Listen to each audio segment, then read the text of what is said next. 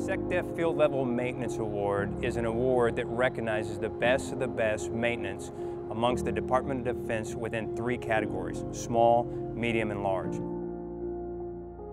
The 48th Maintenance Group was selected as one of 2 large category winners amongst a competitive worldwide Department of Defense maintenance units, which does include all branches of service.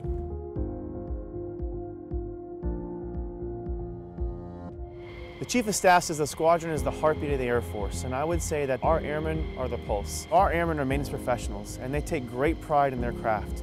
Every time you see an F-15 flying in the air, it's because our airmen put it there. You'd be amazed at what these airmen can do with their hands, from ammunition storage area to on the flight line. There is a direct tie to the combat mission at Lakenheath, which really makes people want to go above and beyond to do the very best they can every day.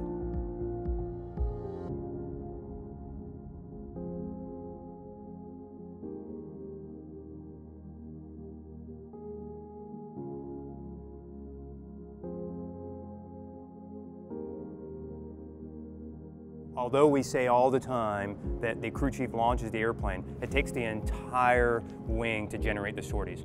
This award is more than just the maintenance group, it's about Team Liberty.